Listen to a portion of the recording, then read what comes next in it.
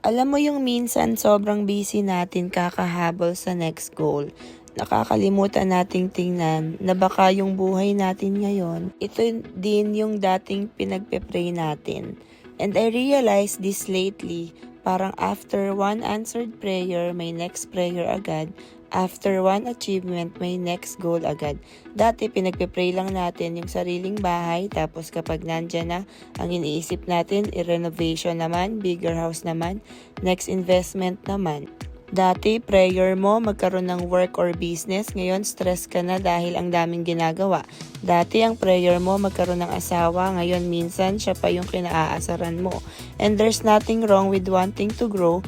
Pero, wag tayong maging so focused sa next blessing that we stop enjoying the answered prayers we already have. Kaya lately, I'm learning to slow down and actually enjoy what God has already entrusted to us.